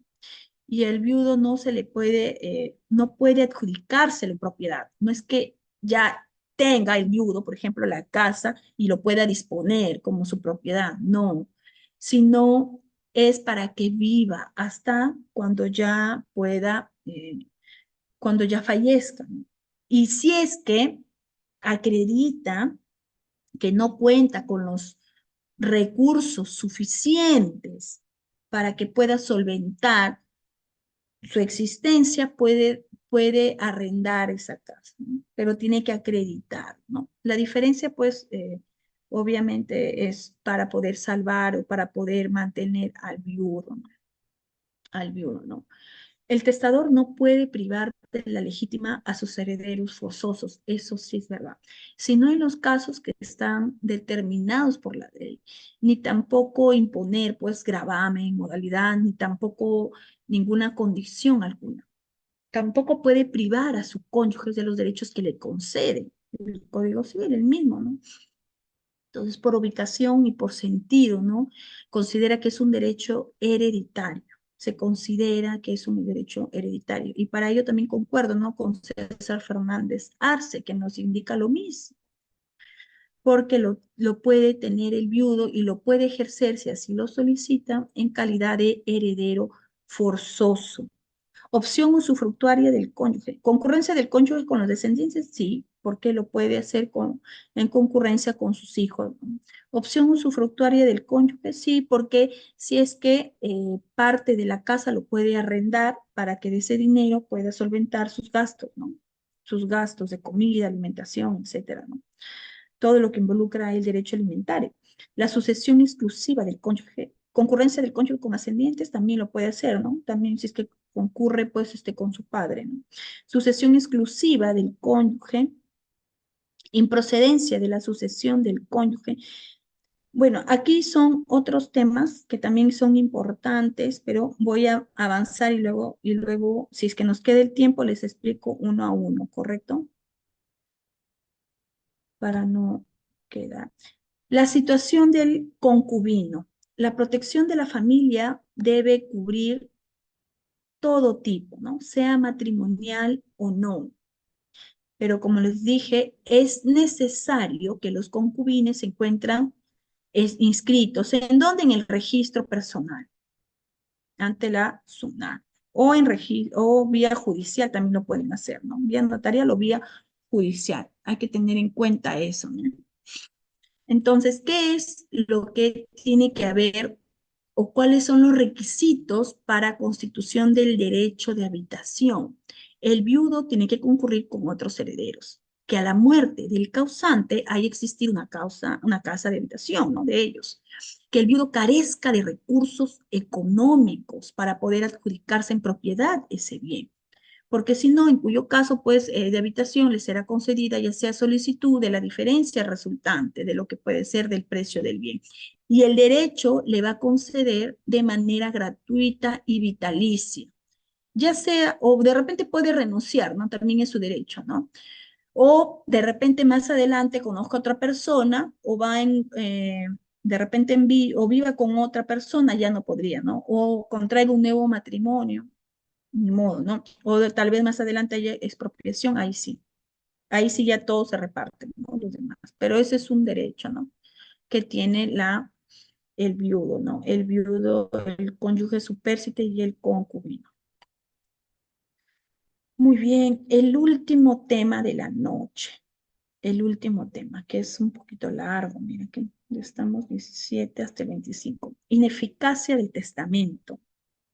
¿Por qué estos temas, ¿no? A veces nosotros podemos decir, yo he hecho mi testamento, pero si no reúnen los requisitos de forma y de fondo, lamentablemente, ese testamento es ineficaz.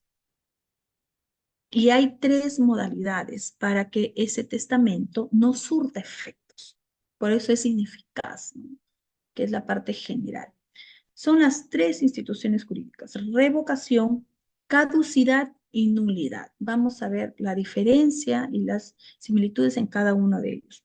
¿Por qué se le dice primero la revocación? ¿Por qué revocación? Bueno, el derecho del testador que puede revocar mientras no se muera, claro está, ¿no? Ya sea de manera parcial o total el testamento, pero siempre se va a respetar su última voluntad. Entonces, la revocación, ¿con qué se origina?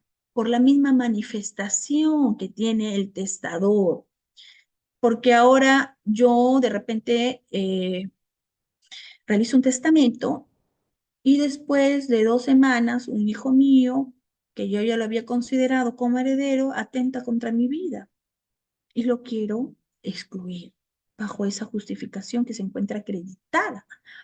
Entonces voy a revocar el testamento en parte. Eso es lo que involucra directamente la revocación. Puede ser en parte, puede ser total. Todo testamento, ¿no?, por su propia naturaleza, es revocable, porque la autonomía de la voluntad y el pensamiento y las circunstancias va cambiando en la persona. Y hasta que no se muera, pues puede ir modificándose. La revocabilidad es absoluta y la irrenunciabilidad de este derecho. No puedo yo renunciar y voy a decir mi testamento irrevocable. No, no existe, porque todo testamento es revocable. No puedo renunciar a ese derecho que me otorga la ley como testador, ¿correcto? Entonces, se da un testamento, tiene disposiciones, por ejemplo, pero sí tiene disposiciones irrevocables bajo una excepción, cuando hay un reconocimiento de un hijo extramatrimonial. Si yo reconozco un hijo extramatrimonial vía testamento ante el notario, yo después de 2, 3 meses antes de que muera, me doy cuenta de que todo el mundo va a saber y en mi muerte me van a odiar, ya no quiero reconocer a este hijo, me voy a anotar y digo, no, hágame otro testamento. No, ya no es revocable en ese extremo. Correcto, se da el testamento, tiene disposiciones. Hay disposiciones de naturaleza irrevocable. ¿Cuál es? Reconocimiento de un hijo extramatrimonial. Correcto. ¿Cuáles son las clases de revocación? Expresa. En el mismo testamento o en otro testamento, yo indico que ya no quiero seguir con la misma forma del anterior. Y respeto nuevamente todo, ¿no? Y tácita es cuando yo misma no digo nada, no digo de que voy a cambiar el testamento, pero lo hago con fecha después. Entonces se entiende que la fecha más próxima es la que vale, ¿no? Entonces así es. La revocación tácita, también dentro de la revocación tácita hay formas de la revocación tácita. La reviviscencia del testamento anterior también hay, ¿no? Es un caso de retractación, por ejemplo, ¿no? Tiene por objeto, pues, recobrar eficacia. Las disposiciones del primer testamento que fueron revocadas por un segundo testamento y este a su vez por un tercero. Entonces, si el tercer testamento, yo digo, vale el primero, entonces, ¿qué es lo que vale? Es el primero. Y así, ¿no? Por eso es una reviviscencia del primer testamento. La subsistencia del testamento anterior también hay clases, como cuáles, a ver, es una revocación tácita, estamos hablando de la clase de revocación tácita, que proviene de un testamento posterior, cuando sus disposiciones son total o parcialmente incompatibles con un anterior. Hay personas, pues, que les gusta hacer tu testamento, pero no se dan cuenta de que en cada testamento hay disposiciones incompatibles, que son contrarias, y al momento de que fallece no sabemos a cuál termina. Entonces, en caso de incompatibilidad, ha señalado la ley también que priman las disposiciones del último testamento. Y ya está, ya no nos hagamos bolas, así nos dice, ¿no? Revocación del testamento cerrado y su eventual validez como testamento hológrafo. Cuando es un testamento cerrado, pues tiene también diferente concepción que un testamento hológrafo, que es a puño y letra, ¿no? Del mismo causante, ¿no? La revocación del testamento cerrado tiene un efecto específico y no valdrá como testamento cerrado, si es que ya lo abre después el testador, pero va a valer como testamento hológrafo, si es que realmente lo va a colocar como lo denomina de esa manera, ¿no? Entonces, eso es importante, ¿no? Revocación del testamento hológrafo también. Es la denominada revocación real y se configura pues ya sea porque lo rompe, porque lo destruye o porque ese testamento se encuentra pues inutilizable. Entonces por eso se entiende de que ya se revocó ese testamento hológrafo. Muy bien, pasamos a al segundo tema, de la caducidad. Caducidad. ¿Cómo es que entramos a este segundo tema que se encuentra dentro de la ineficacia del testamento? Ineficacia. ¿Se da por cuál? Por la pérdida de eficacia. Caducidad. Caducó el testamento. ¿Por qué? Porque hay circunstancias que la ley indica que debe de hacer para regularizar dicha formalidad del testamento. Sin embargo, el testador no lo hace y lo deja pasar y nunca regulariza esos errores, esas omisiones o esas justificaciones que debe de hacer para que ese testamento guarde todas las formalidades. Y si no lo hace, ese testamento caduca. Y el resultado viene a ser pues lo sobreviviente, ¿no? Que nunca, es como si nunca lo hubiera realizado, ¿no? Extingue el testamento y también extingue las disposiciones testamentarias. Entonces, esa es la caducidad. Por ejemplo, si hay en alto mar y están posiblemente las personas que están ahí desean realizar un testamento, la ley dice, ni bien llegues a tierra, tienes que ir al notario y regularizar ese testamento. Si no lo realiza, pasa un año y termina, como si nunca lo hubiera hecho. Ese testamento caduca. Y hay diferentes clases de caducidad, diferentes clases. Primero, del testamento hológrafo. Del testamento hológrafo. Contiene un caso de caducidad, por ejemplo, ¿no? Cuando el testamento hológrafo no es protocolizado, solamente es suscrito, ¿no? Con puño y nada más, pero no es protocolizado previa comprobación. Entonces, si no es protocolizado, muere el causante y no lo realiza ante el proceso judicial de comprobación judicial, que es su puño, que es su letra, que es su huella, es su firma, ese testamento caduca. Tiene un año para su protocolización previa comprobación judicial. Hay otro, caducidad del testamento militar, ¿no? Cuando caduca a los 3 meses desde que el testador deja de estar en guerra, deja de estar en esa campaña y llega al lugar del territorio nacional donde es posible otorgar testamento de las formas ordinarias, pero tampoco lo realiza. 3 meses pasan y ya no puede hacerlo después. Tiene que volver a hacer un nuevo testamento con fecha actual. Igual lo que les decía, ¿no? Del testamento marítimo, ¿no? Caducidad del testamento marítimo. Cuando haya desembarcado en 3 meses y no lo realiza, y bueno, pues no.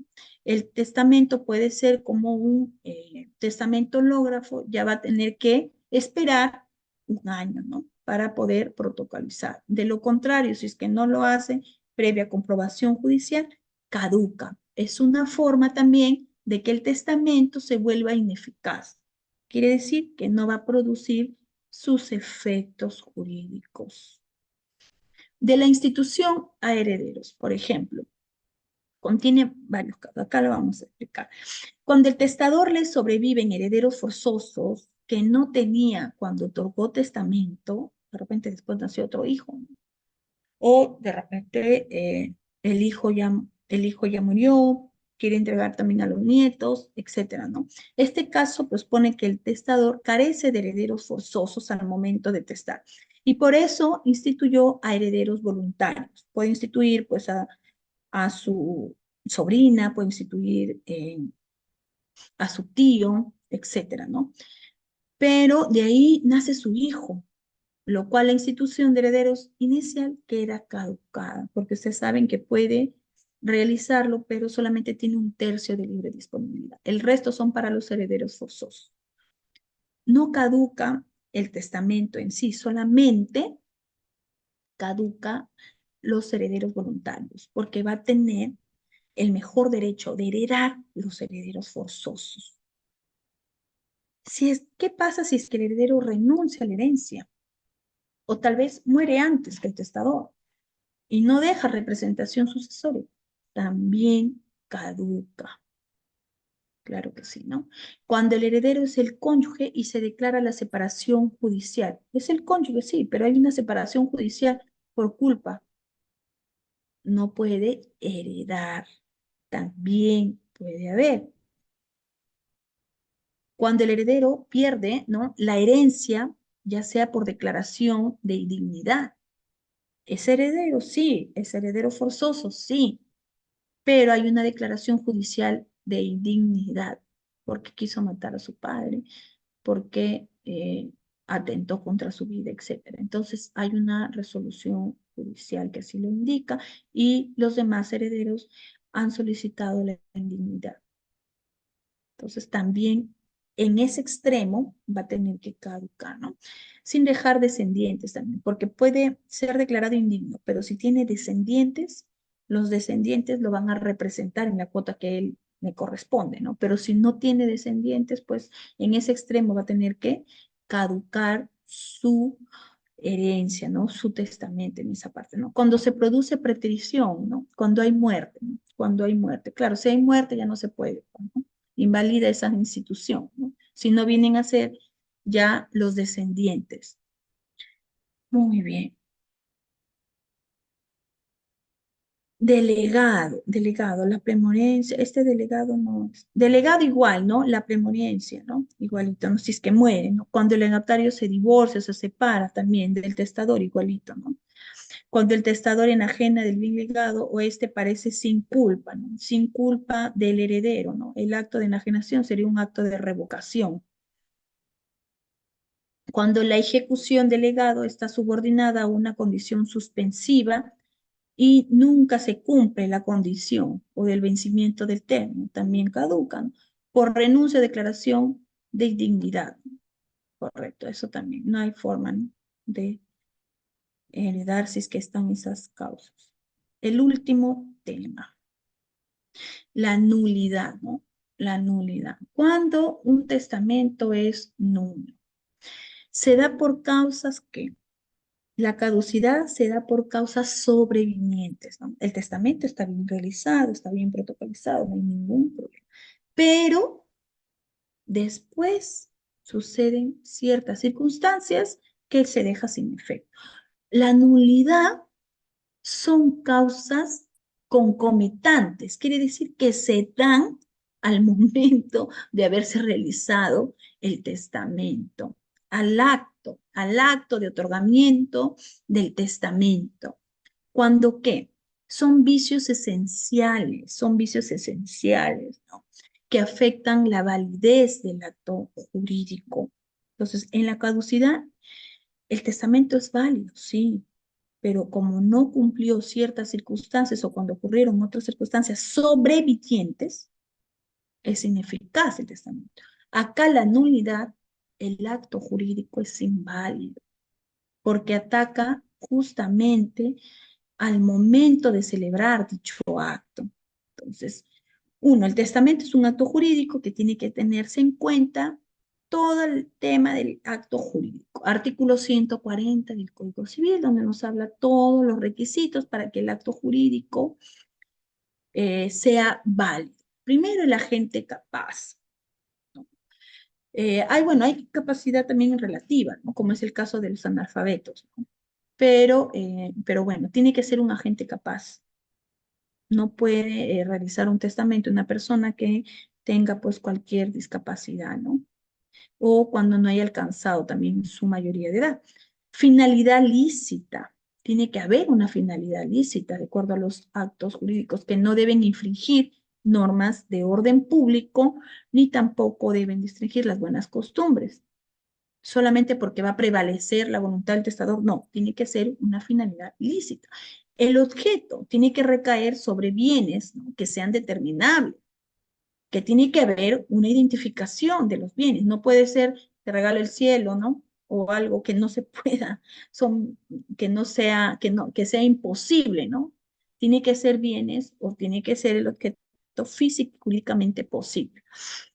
La forma prescrita por la ley, ¿no? Es el efecto que es la formalidad.